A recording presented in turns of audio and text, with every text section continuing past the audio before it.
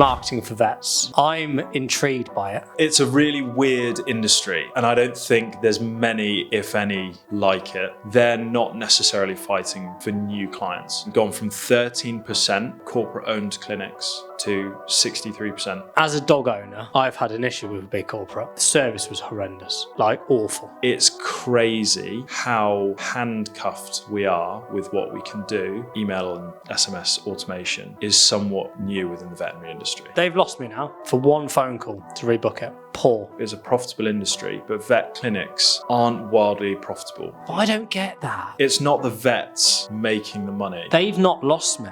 They're just being lazy, in my opinion. Verbatim, what they've said is like, we don't have budget for marketing. This is the great thing with veterinary. The return on investment is a no-brainer. If they don't spend that, who's going to walk through the door? A lot of business owners are so averse to doing things outside the box. Look at the successful businesses that do stuff outside the box. They go to the moon.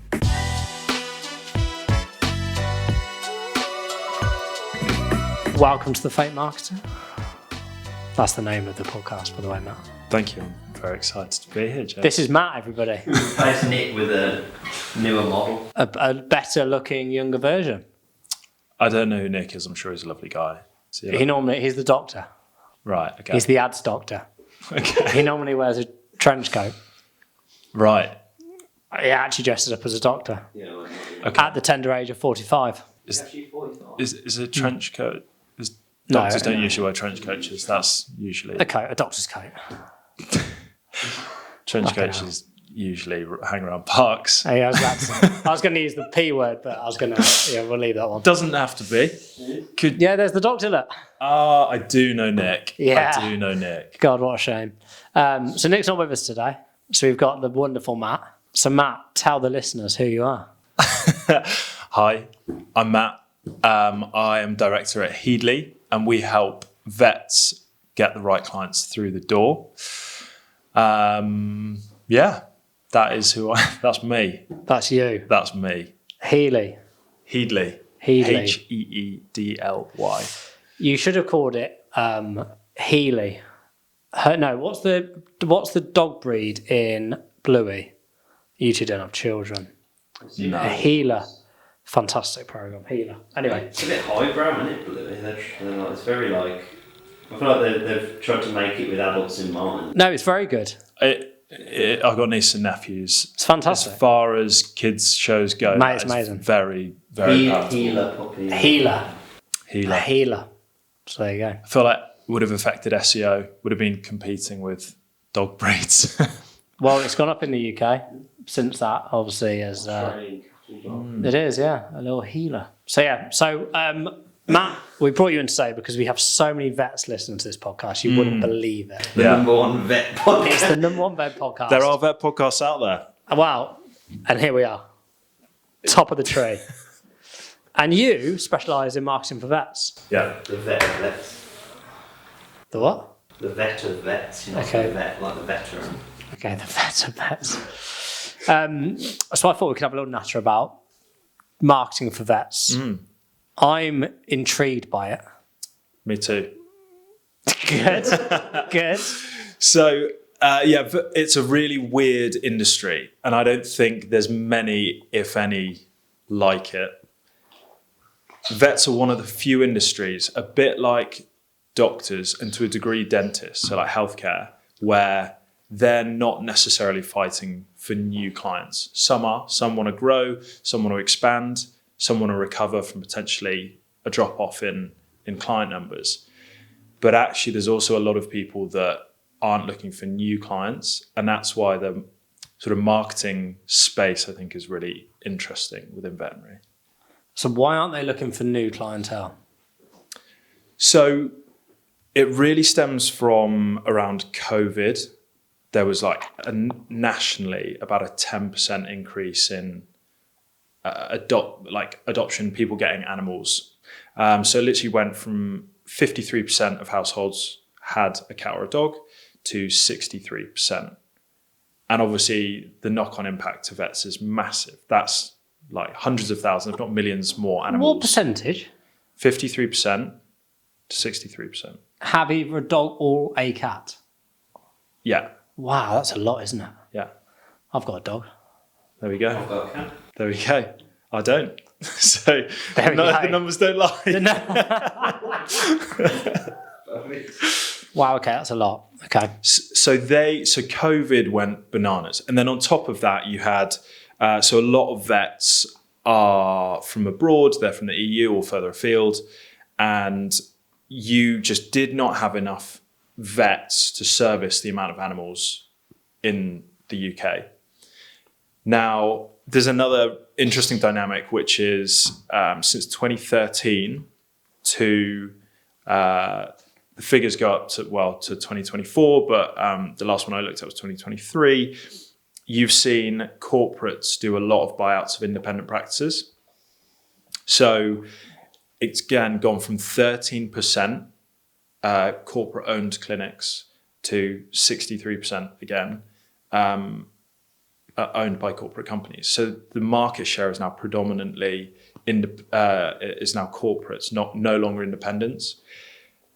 There's a knock-on impact there of you then have independents trying to compete with corporates. And I think at a service level, because clinic owners have skin in the game, they can literally offer and want to offer a better service than big corporates. But if these big corporates have massive marketing budgets and all the sort of weight behind them of a big corporate, it does make independents' lives a lot trickier. But essentially what you've got is vets with really little time. And what we try to do is come in and support them and say, basically, don't worry about your marketing. We know what your problems are. We know how to talk to clients, what they're looking for, and we support the vets and basically take any marketing stress off their shoulders. So, as a dog owner, I've had an issue with a big corporate, and I can't remember who they were, but my local vet in Wetnash got bought out. Laurie, head vet, owner, legend, sold up, fair play, to a corporate, and they turned shit overnight. The service was horrendous, like awful. So I'm a big believer that independents should stay if they can. Did Laurie leave the practice when he got bought out? Yeah. It's just you don't have skin in the game, or at best it'll be like 50% ownership. But even like the reception staff turned shit. It's a lovely little vets as well. I'm like, what's going on here? The incentive structures are all wrong, because you then have at the highest level people looking purely at a numbers game, and by its very nature, it's healthcare. Like, yes, obviously businesses need to make money. I get that, but you choose your healthcare provider or your vet clinic based on emotion, based on the trust that you have with that service provider. And if you suddenly start to just make it really numbers focused, you're not going to be servicing the clients to the highest standard that you can. How do most vets win new business or new clients? Because we've had this discussion before, and I'm not, obviously I don't do what you guys do, but if I just use my situation as an example, I had Rupert 13 years ago. Had him like I gave birth. I got Rupert 13 years ago. I just went to the nearest vet to me. Yeah. Like I didn't go out to market. Like an insurance provider and stuff. I literally just went, well, who's the closest one? Mm-hmm. Does that happen? Obviously, I'm in a sort of little suburb of Leamington, but let's say I was in the central Leamington. How many? There are 5, 6 in the central Leamington, give or take. Within give or take within a couple of mile radius. Yeah. I guess then I'd be looking. Maybe, I don't know. How does it work? Obviously, I can't speak for everyone, but yeah, as a good rule of thumb, you're looking at within either a 5 mile radius, or you're looking at a time travel. So obviously 5 miles in London is completely different to 5 miles in Leamington Spa. Yeah. So if you're sort of within a more, basically outside of London, you're looking at time travel. And then outside of that, you're realistically looking at, like a proximity. And a good rule of thumb is probably about 5 miles. You can then get special referral clinics that, if there's a specific thing you need, then that can be made much bigger. But your average vet clinic will be about 5 mils. So from a vet's perspective, you said about the issue isn't winning new clients. Their issue is actually trying to, I'm assuming, increase the average order value or increase the lifetime value. Yeah, I think once you have a business that's up and running and doing well and profitable, it's really easy to take your foot off the gas with marketing. I think it's a really interesting time in the industry because of the change of dynamics with independents versus corporates. But it's also a really interesting time because you have, you will always be prioritizing something. So as you say, like average order value is a great example. And actually your focus probably is like a couple of other KPIs. So it's not just average order value. You probably look at kind of active clients, i.e. people who have been there in the last year, and making sure that you're keeping that number hopefully sort of up and to the right, a steady increase over time. You also will have average order value within that, or you could even just say actually spend over the course of a year. And you're seeing what you call probably like pet healthcare plans or pet plans that are becoming increasingly popular as a service for owners that kind of guarantees that income for vet clinics. So they might have 2 or 3 different tiers of level of healthcare that you provide. And you say, right, if you pay whatever, 10, 20, 30 pounds a month, and with that you'll get, for the 30 pounds a month, you might get unlimited consultations with your vet. So anytime you have any concern, you can speak to a vet straight away. And then the £10 one might be you can speak to nurses, and so it's like smaller things, but it's that peace of mind that you can speak to a professional healthcare provider, like if you need to. So there's lots of different ways that you can increase lifetime value and average transaction. Well, actually, I suppose in theory, you're technically lowering average transaction value, but increasing lifetime value with guaranteed spend over a longer period of time. So there's lots of kind of different ways you can angle it and spin it. And also the acknowledgement that there's also going to be a different target that wants slightly different things. You're going to have people, this is another really interesting thing being in like healthcare, is all walks of life have animals. Literally from like homeless people on the street right through to your multi-millionaires. Everyone feels... The gentry. But everyone has animals. And actually, even within that though, it's interesting that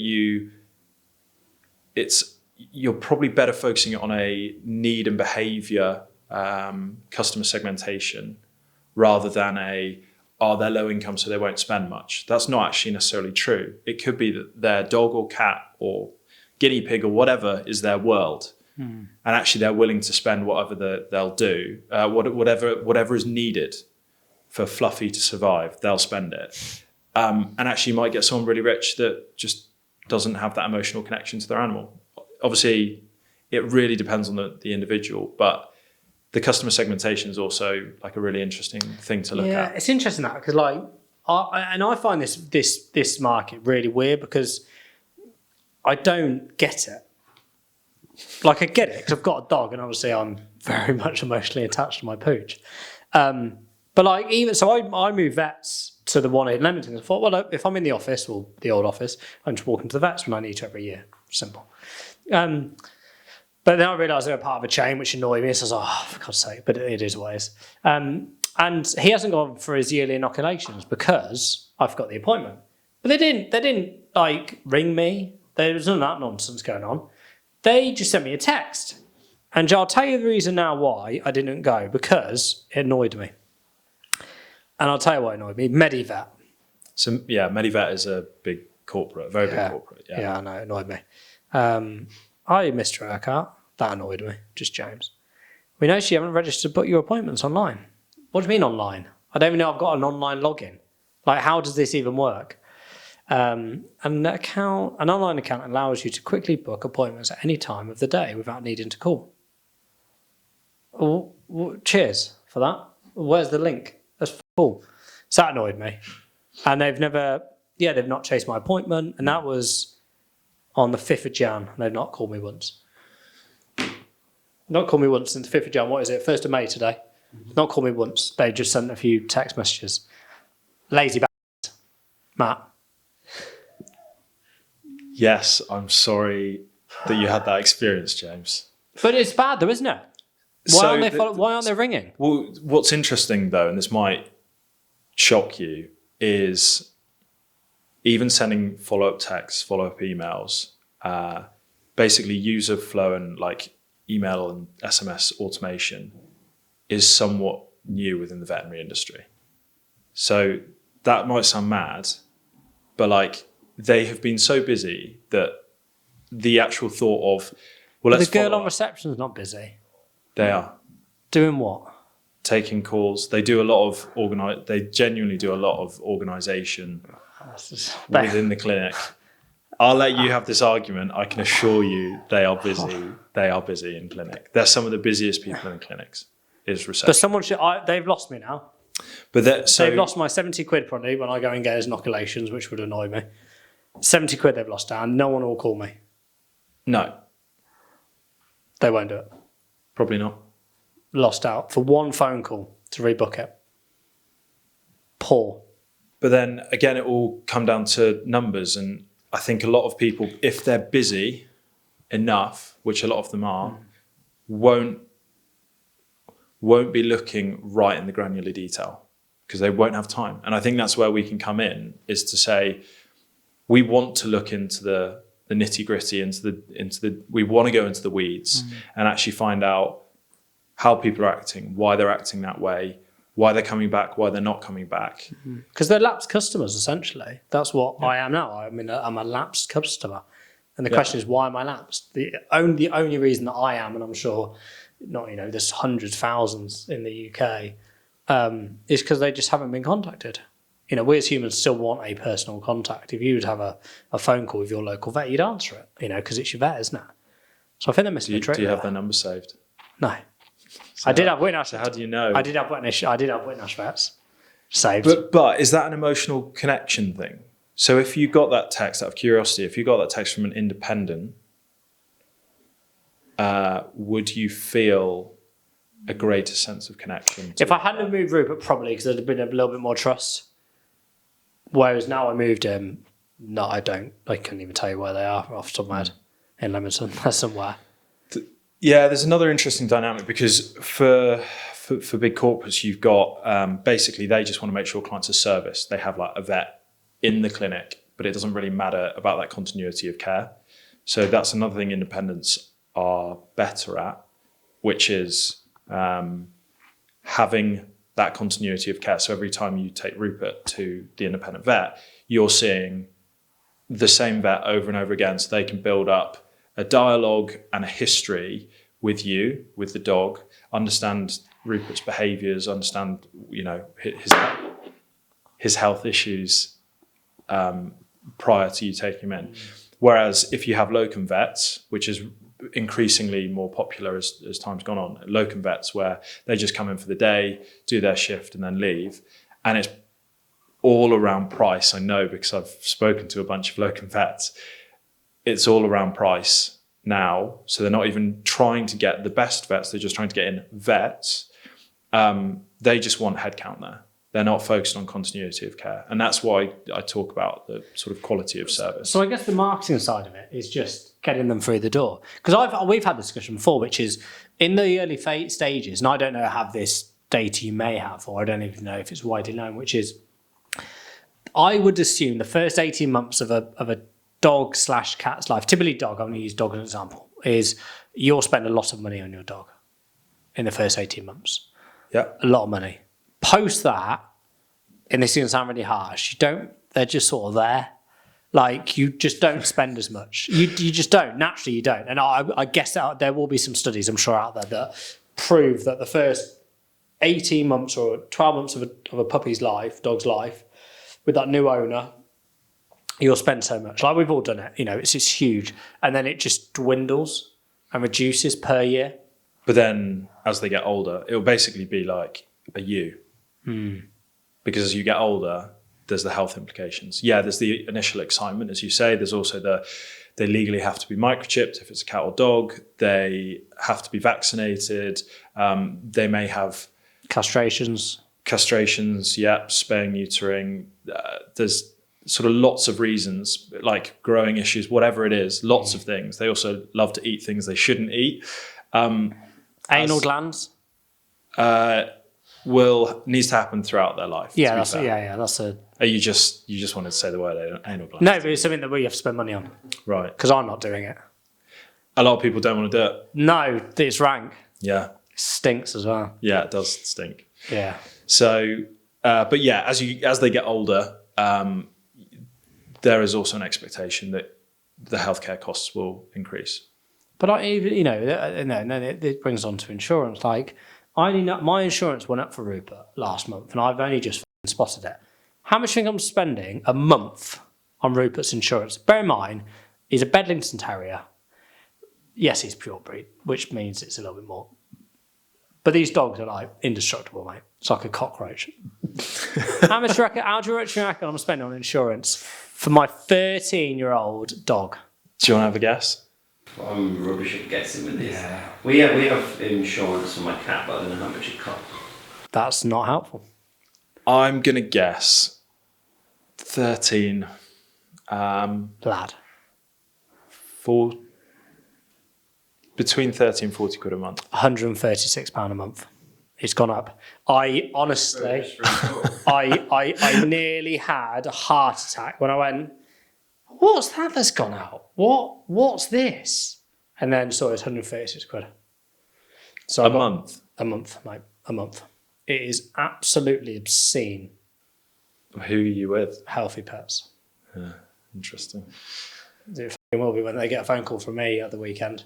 136 quid. It was. Did they automatically do that? They didn't tell you about the price rise? They didn't tell me. Surely there's a legal requirement. They're going to get my shoe up their ass for that. 136 quid. I couldn't believe it. I was like, whoa. I love you, mate, but yeah. Everyone's got their price. He's only been to the vets twice for outside of like inoculations or castrations, yeah. And even one of them, that was just me being paranoid. Like when he was a puppy, But I was like, yeah, he's been perfect. So it's expensive. It is. It's really expensive. Yeah.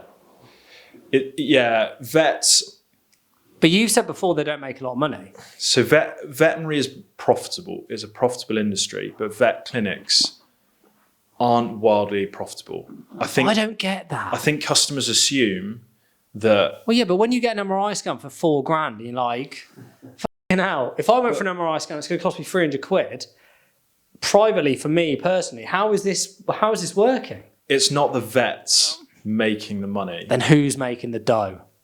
Drug companies, insurance companies. It's the man, isn't it? The man's making the dough. It's the man. It's the man. But like with any big industry, there's sort of behind the direct contact, there's always things going on, and there's huge amounts of money to be made. But it's, as I say, like being a vet is pretty competitive. It's a competitive market to be in. But you can't, so for example, if I use me an example of that lapsed customer, like they've not lost me. They're just being lazy, in my opinion. I know they're busy, but like they've literally lost me. They've lost me as a customer, or I'm not a live and active customer. Do you think a better text would have made a difference? Potentially. It's been written by someone in marketing who doesn't really care. Hi, Mr. Urquhart. It just looks crap. It feels impersonal. Yeah, it's just, you've got, come on. Does it have Rupert's name in it? No. So it is a very impersonal. Reminder, capitals. Dear Mr. Urquhart, you have an appointment with Medivet. Well, I don't have an appointment, do I? Rupert has an appointment. So Medivet, that's the first thing you've got wrong. Reminder, dear Mr. Urquhart, you have an appointment with Medivet. 24 hours on. So this doesn't even make sense. Dear Mr. Urquhart, you have an appointment with Medivet, Leamington Spa, 24 hour. What does that mean? That's Because the vet is called Lemons Bar 24 hour. Yeah, they're open 24/7. Well, look, on the 2nd of Feb at 8:30. He's not going to be told that. But there's no, but like literally, that's the only text I got. If they'd have texted me like a 20-minute or an hour before going, don't forget, in an hour's time, Rupert needs to come in for his yearly jabs, you'd be like, I've got to do that. Not dear Mr. Urquhart. Come on. You're not my solicitor, are you? But they are healthcare professionals though. So there's an interesting balance between being professional and being personable, and they're obviously erring on the side of caution a bit. But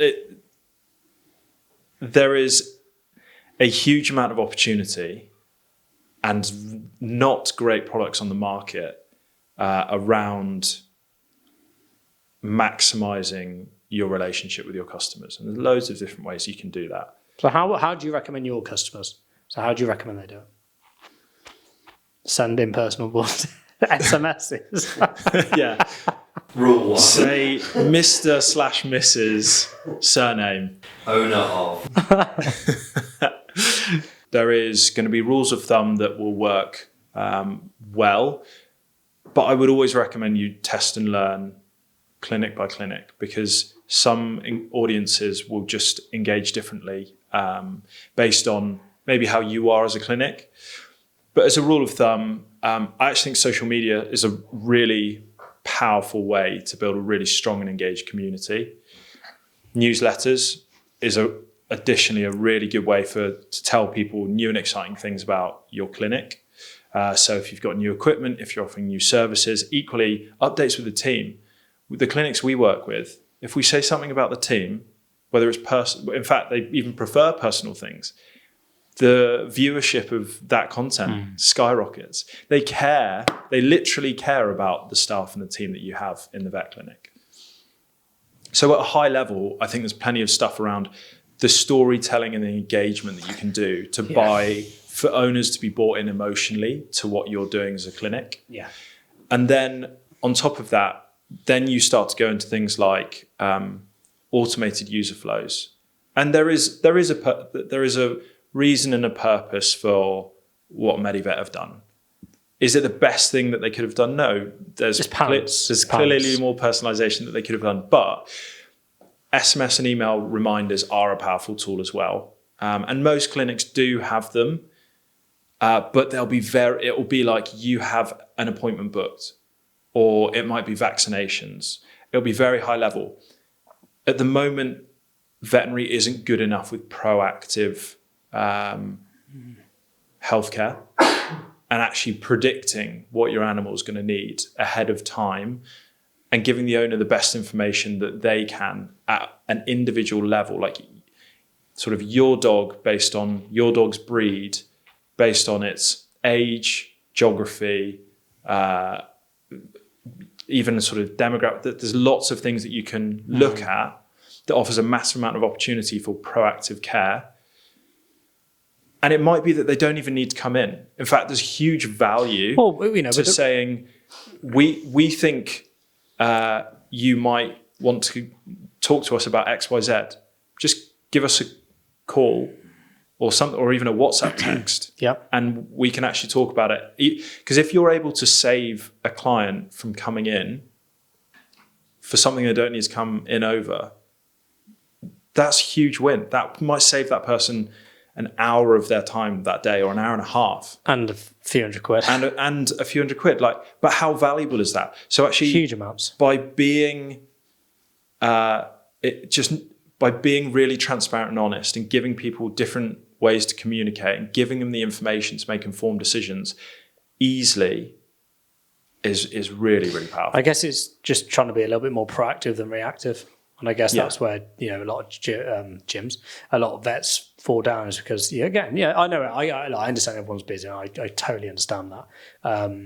But, like you said about the breed side, is that, with the rise of AI again, we talk about it a lot here, which is, they could do a PDF on every single dog breed, right? On every cat breed. Wouldn't even take them long. Take them half a day. And every time they get a new puppy in, whether it's a Bedlington, Staffy, a Labrador, Golden Retriever, whatever it may be. Here, Mister, we'll send you a PDF of some about the breed, about your breed. So again, you could use ChatGPT. You could literally fire them up straight away. How incredibly valuable would that be from a vet's perspective? You go, bloody hell, fair play. They've got that. All branded. Again, great. You could even print it off and send them in the post if you wanted to. Really, really good. So we're working with a clinic at the moment that has it's with a big PMS system called Merlin. That's a bit of a legacy system and has lots of bolt-on things to it. And candidly, if I compare it to what I did previously in digital marketing, sort of in any other industry, it's crazy how handcuffed we are with what we can do. And there's so much opportunity for more simple and better marketing. So for example, the email send out, when someone registers with a clinic, the email send out, the template that we have to edit, I'm not going to name any names, is terrible. It's terrible. We're doing what we can with the products that are available on the market. I mean, very simply, we're going to solve that problem. I'm working with people now to literally create a better product for communications because the clients need it. It's as simple as that. Well, look at the world of e-commerce. I know it's clearly a sector that's booming, but you look at Klaviyo, an email system that I just think is fantastic. It's easy, it's cheapish. As long as you've got the data, and this is what is crazy about vets. Vets have the data. They have the dog's breeds, date of birth, all this stuff. Why doesn't my vet send Rupert a birthday card? If they're good, they do. Do you know any vets that do it? I've known a few. Okay, that's good. That would. Christmas cards, definitely. I think birthday cards are class. Okay. I'd be well up for that. Okay. Well up for it. Yeah, Christmas cards, I know. Physical, not these physical. online rubbish click and it's... Physical cards, yeah. They're pants, aren't they? They are They're rubbish. so rubbish. Unless you got a voucher in there. I bless I don't wanna Katie, be- the designer here, was like, if anyone wants a Christmas card made, I'm like, oh, Katie, fair play if anyone gives you any money, but they're They're so pants. They're not great. I'd much rather have a physical card. There's something nice about having a card on your mantelpiece. Yeah. My parents used to have cards covering Yeah, the sitting room. Avalanche is just full of it. Yeah. It's a bit sad now that that's not the case. It's very much like, well, I'm speaking personally, I only get a handful of cards at best. And maybe that's a reflection of me. I'm doing all right. Most of my mates don't even know most of my mates don't know when my birthday is. Honestly, because I refuse to tell people. And my best mate, Pele, is I always forget your birthday because it's only every 4 or 5 years that we remember. I'm like, good. And he's like, because you don't tell anyone. I'm like, no, because I don't want anyone to know. I have them saved. I have the important birthdays saved on my phone. Oh, do you? Yeah. But it does mean that I don't buy presents in time because I see the notification the day before and then you're like, oh, well, I know that I've missed the present. You need a good nurture system for yourself. I do. One thing that Facebook was actually good for. True. People don't really use Facebook that much anymore. Yes, they do. No, I mean younger people. Yeah. Well, yeah, veterinary. There's a Facebook actually gets a huge amount of interaction. It's like a really weird skew. And when we talk about socials with vets, still very much Instagram and Facebook covers a lot of the demographics because although TikTok covers it covers everyone now, but the adoption rate is still lower for older demographics. So because of time constraints, when we talk to clinics, we try and just say, do less, but do it better. So really we just say like Facebook and Instagram, but for sure, TikTok's a mega powerful platform. Do you know what I'd do if I was a vet? Obviously I'm not. I would record, I'd have you full time in a vet with your camera every day from 8 till 4. Yeah. Every single day recording. constantly. You get so much good content. Like that, like the vet TV shows they sort of. Yeah. Remember Rolf Harris's? Remember that? Are you too young for that? I don't think Rolf Harris is a good example. No, but can you not remember it? Do you remember it? How old are you? I remember Rolf Harris. I've met Rolf Harris, unscathed. It's good to know. Do you remember his program? Yeah, he had a few, didn't he? No, but he had a vet one. He used to sit in the waiting room in the vets. I don't remember. I don't remember that one. Yeah, I think you're both a little bit too young. Maybe. I did mine. But I'd create so much content like that because there'd be so many different conversations. I like dog groomers I see on like TikTok, where they like get a dog in and then they're like, oh, we're cleaning this dog today or whatever, and they talk about the breed and stuff. That's quite interesting. Yeah, that's what I would do. It costs, again, it's all cost, isn't it? But that's what I would do. Probably have to get consent. Oh, no, of course. I think that's the challenging thing. So a lot of people will love to have their animal features. Like if you, so another client that we're in talks with at the moment, they have pet plans, and with the pet plans, they have cards that they give people to be like, you're now on this pet plan. And it was a really simple thing, but they were like, you can put your animal, we're basically going to pick an animal from our client base that is the cover of the pet plans and put it on social media as like a competition. It went mental. So a lot of people just love their animals and want their animal to be spread across the world. But on the flip side of that, if there is something stressful or traumatic that's happening and you have a videographer shoving a camera in their face, Trying to get the best. No, but even if you had like an Osmo in the corner or something. yeah, I think an Osmo would be more appropriate. No, I don't get it. It's just weird, isn't it? Like, You just need to be tactful, wouldn't you? yeah, but if you make a tip. The amount of people that go walk into a vet Hey every guys, day. I'm putting this dog. I mean, it's a bit like. Today I'm teaching you about euthanasias. I reckon less than 2% of conversations are like, we're going to have to put them down. It's full. It won't be. But anyway, look, off that. That's what I would do. I'd try and make my vet, like a flagship vet. Become like that vet celebrity, like Noel Fitzpatrick. That's what I would do. Yeah, I agree. I think there's a really good opportunity Gap in the for. market. Yeah, If only I was a vet. Nick could be the doctor, you could be the vet. That would be a. You both have lab coats on. Lab coats. not trench coats. I loved how you said then about that client is that they're giving out cards because they're like on different plans. So I'm thinking, God, they're so behind, aren't they? They're like they generally think that's like the best thing since sliced bread, don't they? But they're giving these cards away. But people engaged with it. People went mad for it because they were like, my animal can be. No, I know, but I'm saying about the cards. I know that you were talking about the cards. It's just like, I can imagine them going, I've got this really good idea. We give cards away with the plans. Like, yeah, they're all high five, and it's like. We just talked about how we liked having cards. I liked having cards. No, and you can sit it on the mantelpiece as a nice reminder. What, that you've got a gold plan with Exactly. Medivet Mark not 45. Medivet. Precisely not Medivet. Yeah, so it's a weird little market. It's weird. Yeah, there's also an interesting thing around new clinics where a lot of the conversations we've had, people just assume it's kind of a build it and they will come mentality. So actually their budget... Doesn't work, does it, that, Michael? Build it and they will come. No. So I've had some interesting conversations recently with new vet clinics, and the literal, like verbatim, what they've said is like, we don't have budget for marketing.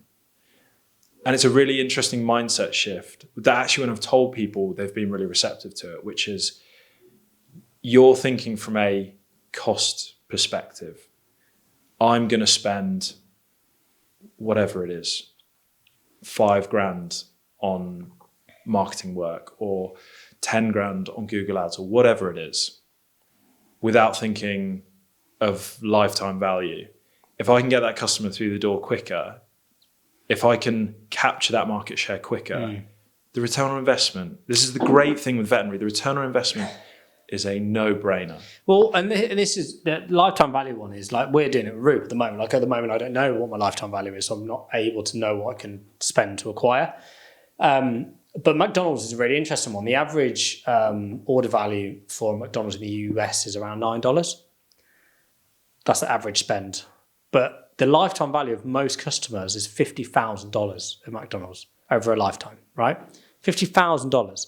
So the question is, if you were McDonald's, what would you be happy to spend to acquire that customer? Well, all of us know that they know the figures and it's 50,000. Well, anything really, obviously whatever their margins, I'm sure it's high, but $1,000, it's 50x. It's obscene.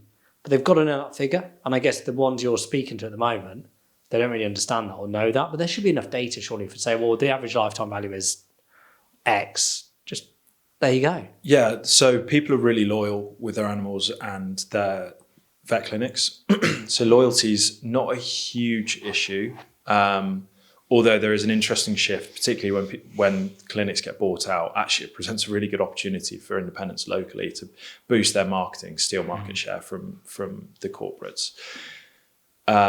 But you're right, but it is a mindset shift, and you have to remember from our perspective, so we have a marketing background. So we're taught these perspectives and we're told how to think really numerically and objectively about these things. But, we've been doing this for years and years. And actually, if you've spent 5 years getting a degree, sometimes specialisms with extra years in veterinary education, and then you've been working in a clinic, and yes, there's small parts of business, but you suddenly become a business owner, you don't have necessarily the business know-how unless you've proactively gone out and trained yourself to do it. So a lot of people don't have that perspective. So to us, it might seem intuitive, but we actually did have to learn this perspective at some point. And I just think, when you start talking about lifetime values, and honestly, within veterinary, the ROI numbers are just black and white. You'd be like, right, we're going to spend whatever it is, like 25 to 35 quid to acquire a client. That might sound scary to some vet clinics. But then if you're suddenly saying, well, the chances are in their first year, they're going to spend £500 with you, or the lifetime value is £1,000, 35 quid suddenly seems like a bargain. Oh, it's a drop in the ocean. And yes, they have costs, and you need to factor that in. So, of course. But that's the whole thing, is like when we have conversations with people up front, we say, what are you happy to spend to acquire a client? And then we work through all the marketing channels with them and say, let's test and learn where we can get that cost per acquisition down. And then essentially we can scale it. We can just keep spending until the cost per acquisition becomes higher than what it's worth. But that's a mindset shift, because it's like all of a sudden, if I'm saying to you, you need to spend $3,000 a month on marketing, or $5,000 a month, or whatever, the go-to as a business owner will be like, well, that's a cost. It's like, well, it is a cost, but the revenue figure goes up dramatically if that figure goes up a little bit. Well, yeah, if they don't spend that, who's going to walk through the door? It's just going to be organic, and then we all know that's not very quick. I read a really interesting thing about organic. So it was talking about how organic search is changing in relation to AI snippets from Google. And it basically said that, so it's a research firm, specialist SEO research firm, and they found that there was a drop of 33% going onto websites when there is an AI snippet from Google. So that's not even considering sort of ChatGPT. That's literally like an AI snippet. So what we're going to see is SEO becoming trickier and trickier to be the number one. I think there's also a really interesting dynamic as well in the market, where if you haven't been focused on your SEO and you've just focused on basically your word of mouth, and you've been around for years and you just have steady clients coming in, if you're not getting discovered by new people, it's going to go from Google search results where you had, in essence, unlimited results. But in reality, people are going to check maybe the first 3 that come to mind, maybe with the highest reviews. All of a sudden, LLMs and AI snippets will be like, we think based on your buying habits and your preferences, this is the one for you. And if you're not thinking about that now, it's going to put you in a really tricky position in a few years' time where you're fighting to be number one because you haven't put in the groundwork. And it will take time to get there. Like we all know, SEO takes months, if not years, to get close to the top. So if all of a sudden it's just one instead of even your top 3, top 5, it's going to be a tough time for a lot of clinics. So yeah, they've got to. Well, they'll just fall behind, and they won't notice. They'll be like, "Oh, there's a small drop off over time," and then all of a sudden they'll be like, "Hold on." Well, it'll move the lead a little bit, but then if that needle keeps moving in the wrong direction, suddenly you go, bloody hell, there's a gap there which we need to fill pretty sharpish. And unfortunately, marketing is only going to increase in cost. Yeah. It happens every year, whether it's CPMs on Facebook, Google, cost per click, we all know the marketing just go up, and it always is. So get them in early. It'll be interesting to see, and I don't have the answers for this, sadly, but it'll be really interesting to see how LLMs commercialize their products. So obviously there's like the premium tiers and you pay, but we all know what happens is all of a sudden they get £20 and they're like, well, actually, we could chuck in a couple of ads, I suppose. Oh, 100%. Like, your Amazon Prime now, we all got onto Amazon Prime, we all got onto Netflix because there were no ads. You were paying to have no ads, and all of a sudden there are ads. LLMs will be exactly the same. On so Netflix? It'll be interesting. There's no ads on There Netflix. is an ad tier. Yeah, there's like a cheaper tier now that's got ads breaks every so often. Oh, is it? Absolutely not. But it's still the price of what Netflix sort of was. Yeah. It's the cheaper version of Netflix, but it's probably what Netflix used to cost. That's annoyed you, hasn't it? No, I don't have it. It is what it is. You pay for Google, don't you? YouTube. I thought you tested it. I tested it. It's really good, but I'm not going to pay however much they're charging them. Okay. Good YouTube. YouTube Premium's good, but... Hey, YouTube, we're nailing YouTube. We're killing YouTube, mate. Tens of thousands of views a month we're getting.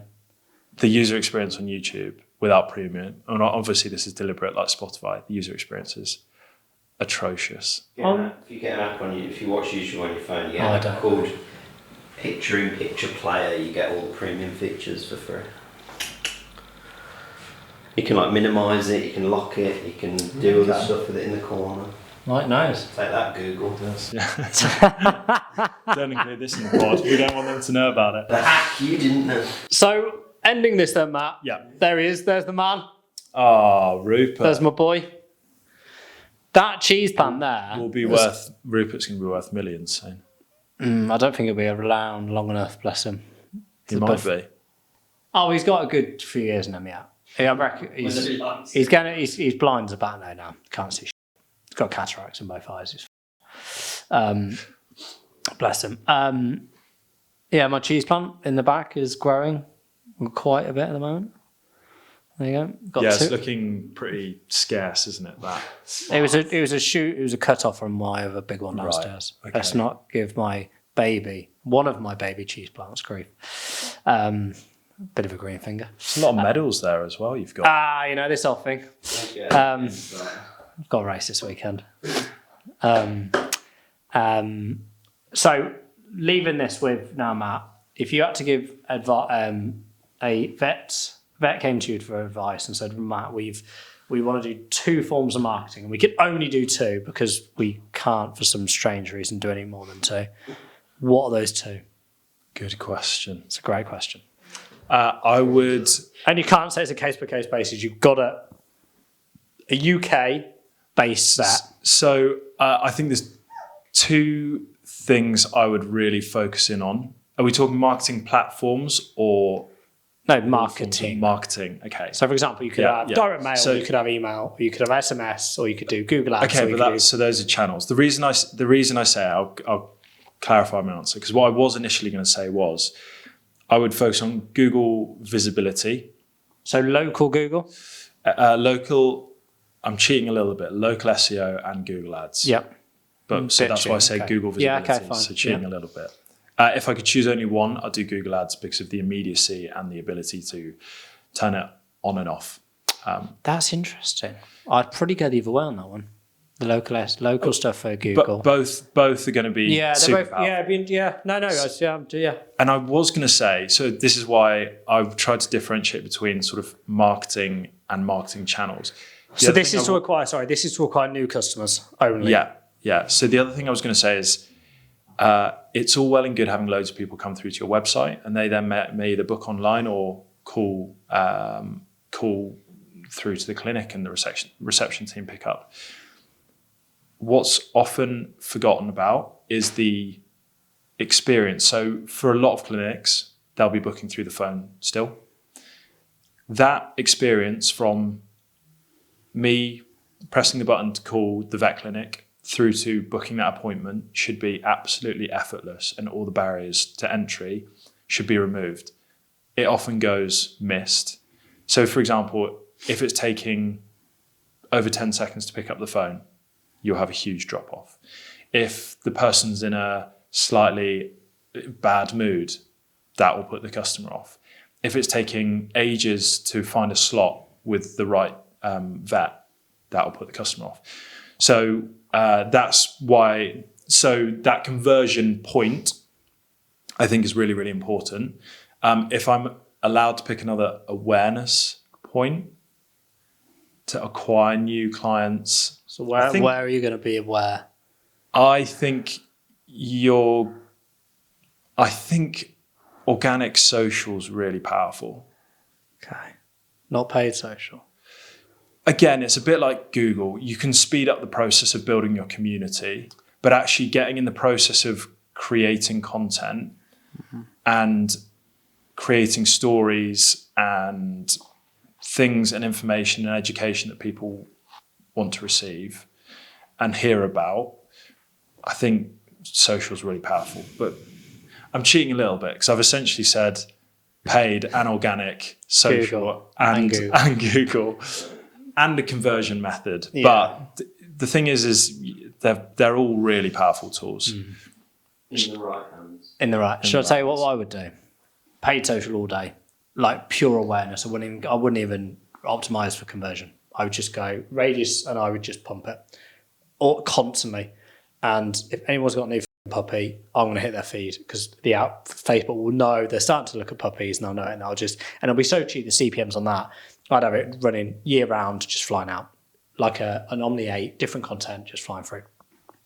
The second thing I'd do is a big direct marketing campaign, DM, letterbox through the door, and I would make it so funny that it then hits on Google, on Facebook, because people have maybe a dog's ass and say I want to finger your dog, call me to vet or something like that, right? And I'd make it so obscene that people are reading it going, oh my God, this is absolutely brilliant. Viral. That's what I would do. James, do you want to join the team? I want to finger your dog. You're not allowed to join the team if you're going to finger dogs. I'd do something like that. I really would. And I get it. A lot of business owners are so adverse to doing things outside the box. You look at the successful businesses that do stuff outside the box. They go to the moon. I would do something really bizarre and just see, because vets are boring. You don't want to go. You don't want to spend a load of money after the first year, 18 months, I believe, because it's just a payment you've got to put out, and you're like, especially when you go, can you clip his nails? And they're like, yeah, of course you can. It's 20 quid. You're like, oh my God, I thought you were just doing that as a favour. It's obscene. It's not a nice experience going to that, because you're going to get done for about 100 quid. It's not nice. Not nice at all. If I had a dog that just was just ill, chronically ill all the time, I'd be seething. Like buying a pug from Russia, you're like, this is never going to work, is it? Yeah, the popular breeds just live in the vets, basically, like honestly. French bulldogs, Frenchies, you know, pugs. all these short-nosed dogs. Yeah. Obscene. Yeah, so not for me. So yeah, that's what we do. James the vet, watch out. Yeah. Well, James the marketing vet, TBC. So Matt, thank you for coming on. Thank you for having me. Did you enjoy that? It's great. That was all right, wasn't it? We're not going to do the marketing because I think we've gone on for long enough, but that was a good little... Well, everyone, thank you for listening. We'll see you next week.